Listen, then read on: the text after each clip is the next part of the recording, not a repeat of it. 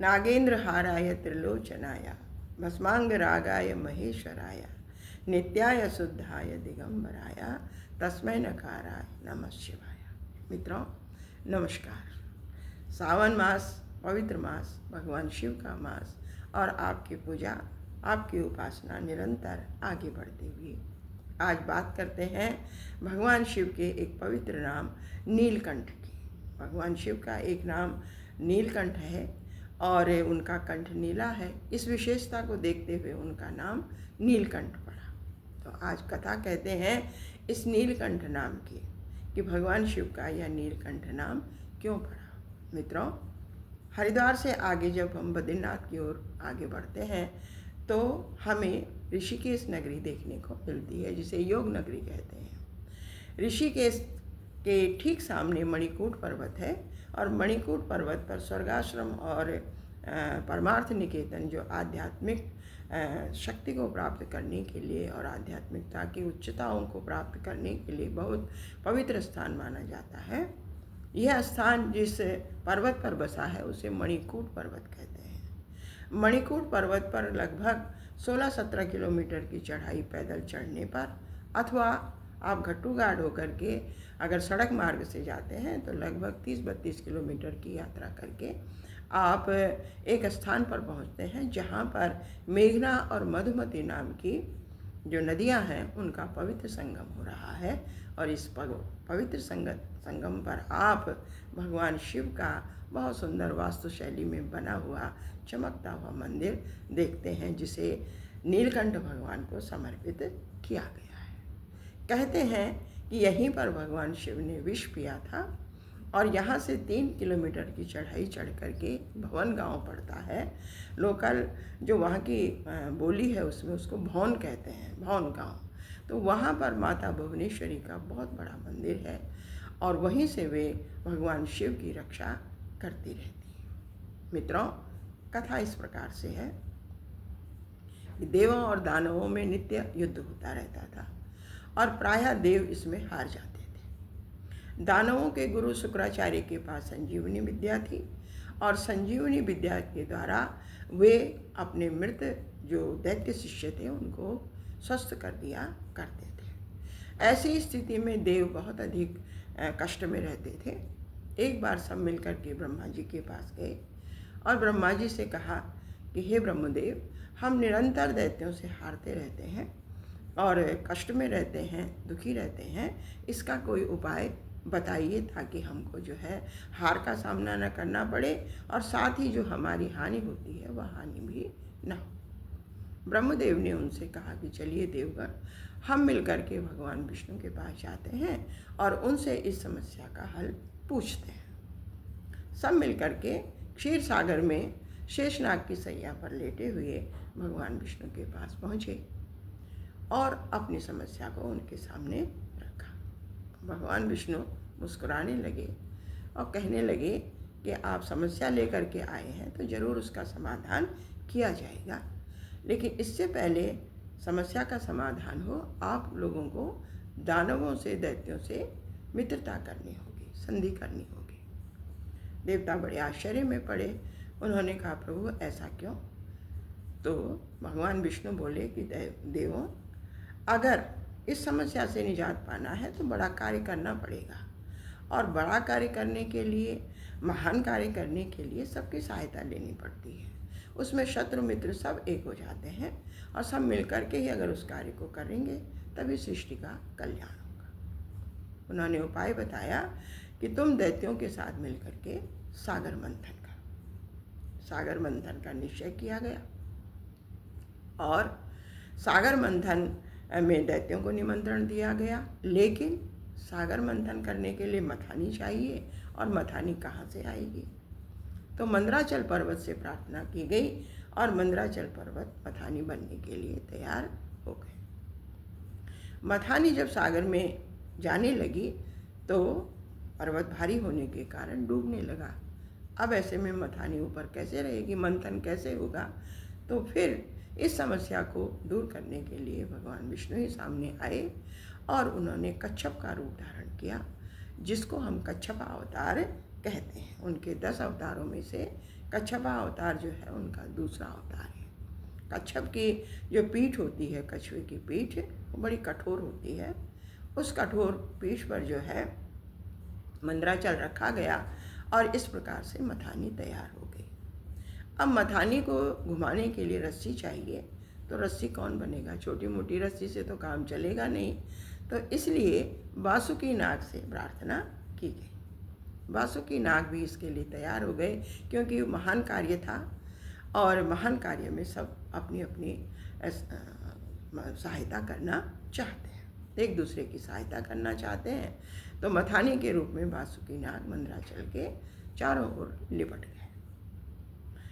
दैत्यों ने अपने अहंकार में आकर के ये कहा कि हम जो है, हम वासुकी नाग की पूंछ की ओर नहीं लगेंगे, हम तो उसके मुख की ओर लगेंगे। और देवता जो है पूंछ की ओर लग गए। देवताओं को भी आश्चर्य हुआ, लेकिन भगवान विष्णु के संकेत पर उन्होंने इसे स्वीकार कर लिया।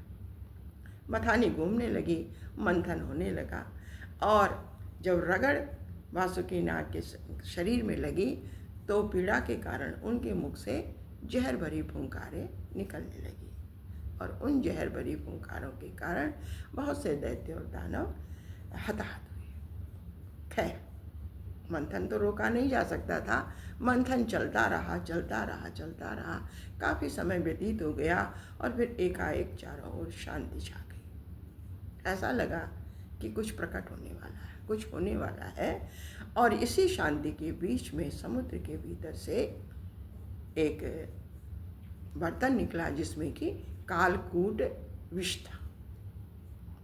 कालकूट विष जैसे ही बाहर निकला, उसकी जो गर्मी थी, उसका जो ताप था, उससे संपूर्ण सृष्टि जलने लगी।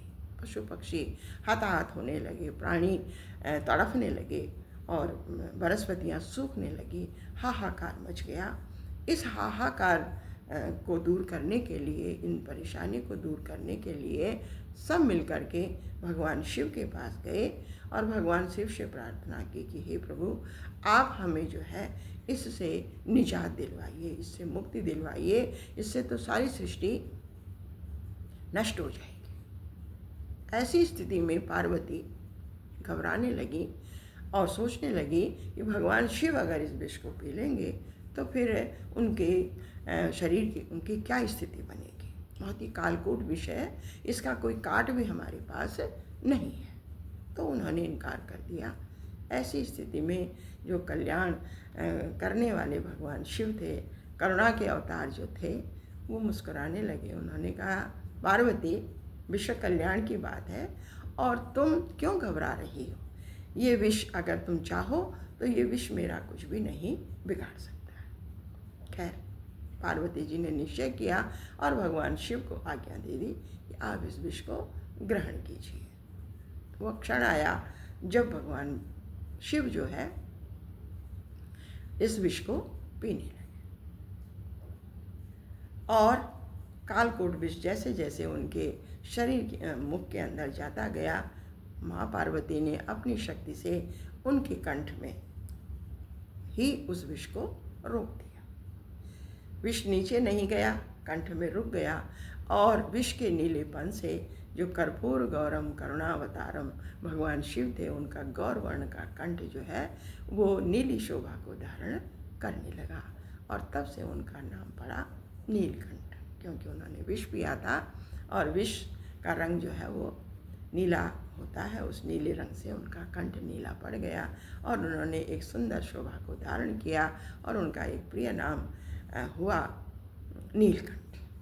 और ये भी कहा जाता है कि जब वो विष को पी रहे थे तो कुछ बूंदें नीचे गिर गई, और उन बूंदों को जो है सर्प और जितने भी जहरीले प्राणी हैं उन्होंने उसको ग्रहण किया, और वे भी जहरीले हो गए, विषयुक्त हो गए। तो आज भी हम सर्प को देख करके, बिच्छुओं को देख करके, जहरीले प्राणियों को देख करके डरते हैं। तो भगवान शिव ने इस प्रकार से नीलकंठ रूप धारण किया। समस्त संसार की विकृतियों को, विष विकृतियों का प्रतीक है, बुराइयों को विष के रूप में उन्होंने ग्रहण कर लिया और अपने शरीर की भी रक्षा कर ली। तभी से उनका नाम, पवित्र नाम पड़ा नीलकंठ। नीलकंठ नाम का उच्चारण करते ही मनुष्य के मन की सारी विकृतियाँ दूर हो जाती हैं, सारे दोष दूर हो जाते हैं। इतना पवित्र ये नाम है। तो ये कहते हैं कि मधुमती और मेघना के संगम पर जो मंदिर बना हुआ है, जो स्थान है, उसी स्थान पर जो है भगवान शिव ने ये विष पिया था और विष को पीते ही जो है वे नीम बेहोशी की स्थिति में चले गए थे, ध्यान की स्थिति में चले गए। और वहाँ से कुछ दूरी पर पार्वती जी बैठ करके उनकी रक्षा करने लगी। बहुत समय के बाद जब विष की गर्मी थोड़ा दूर हुई तो फिर वे जो है संज्ञान में आए, उन सजीव हुए, सचेत हुए और उसके बाद जगत कल्याण में वे व्यस्त हो गए। मित्रों, हम भगवान शिव की पूजा करते हैं, भगवान शिव की उपासना करते हैं, लेकिन उपासना तभी पूर्ण होती है जब हम अपने उपास्य के ही स्वरूप को धारण कर लें, उपास्य के ही गुण को धारण कर लें।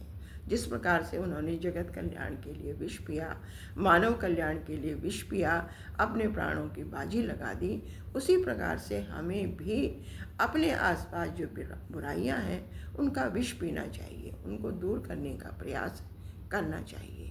आजकल हम देख रहे हैं कि तरह तरह की विकृतियां हमारे जीवन में आ गई हैं। मारपीट करते हैं हम लोग, एक दूसरे को बर्दाश्त नहीं कर पाते हैं, शोर शराबा, कई तरह की परेशानियां अपने आसपास हम स्वयं ही उत्पन्न कर लेते हैं। तो ये विष है, इस विष को पीने का हमको निश्चित तौर से प्रयास करना चाहिए, तभी हम सही अर्थों में भगवान शिव के उपासक कहे जाएंगे। ये भी कहा जाता है कि अगर आप जो है बहुत लंबी बीमारी में चल रहे हैं, बहुत कष्ट में हैं, तो ऐसे समय पर भी आप नीलकंठ नाम का अगर उच्चारण करते हैं भगवान शिव के, तो आपको निश्चित तौर से अपने कष्टों से मुक्ति मिलती है। तो उस नीलकंठ भगवान की सच्ची उपासना तभी होगी जब हम अपने आसपास की जो बुराइयां हैं उन बुराइयों का विष हटाने की कोशिश करेंगे, उस विष को अमृत बनाने की कोशिश करेंगे, क्योंकि अमृत के लिए लड़ाई लड़ी गई थी, मंथन हुआ था और उसमें सबसे पहले विष निकला। उपासना में भी जब हम उपासना के मार्ग पर आगे बढ़ते हैं तो सबसे पहले हमारे मन का जो मैल है वो दूर होता है, हमारे मन की जो नकारात्मकता है वो बाहर निकलती है और तब उसके बाद ही जो है अच्छाई के लिए स्थान बनता है। तो मित्रों, ये थी भगवान नीलकंठ की कथा। अगर आप कभी नीलकंठ भगवान के दर्शन के लिए जाएंगे तो बहुत सुंदर पवित्र स्थान है, बहुत पवित्र सुंदर सुरम्य स्थान है, प्राकृतिक दृष्टि से भी और आध्यात्मिक दृष्टि से भी। तो अवश्य जाइए, लेकिन शिव बनकर, संसार के जहर पीने के लिए तत्पर होकर के, तभी आप भगवान शिव के जो है पवित्र भक्त कहलाएंगे, सच्चे भक्त कहलाएंगे। जैसे उनके भक्त नंदी हैं, जो उनके वाहन हैं, इसीलिए उन्होंने नंदी को अपना वाहन बनाया, क्योंकि नंदी ने अपने मन का समस्त विष निकाल दिया था, अपने मन की समस्त विकृतियों को दूर करके आसपास की बुराइयों को दूर करने में अपना समय लगा दिया था। अपने तप से उस स्थान को भी पवित्र बना दिया जहाँ पर उन्होंने भगवान शिव की तपस्या की थी, और भगवान शिव ने उनको हमेशा के लिए अंगीकार कर लिया। हम जब भी देखते हैं भगवान शिव नंदी पर बैठे हुए हमको दिखते हैं। तो मित्रों, आशा है ये कथा आपको अच्छी लगी होगी, तो इसे शेयर कमेंट तो आप करेंगे ही, सब्सक्राइब भी करेंगे ही, और फिर मिलेंगे ऐसी ही एक कथा में जिसमें भगवान का जो त्रिपुरासुर नाम है उस नाम पर हम बातचीत करेंगे। तब तक के लिए आपका बहुत बहुत धन्यवाद। नमस्कार। कहिए भगवान शिव शंकर की जय।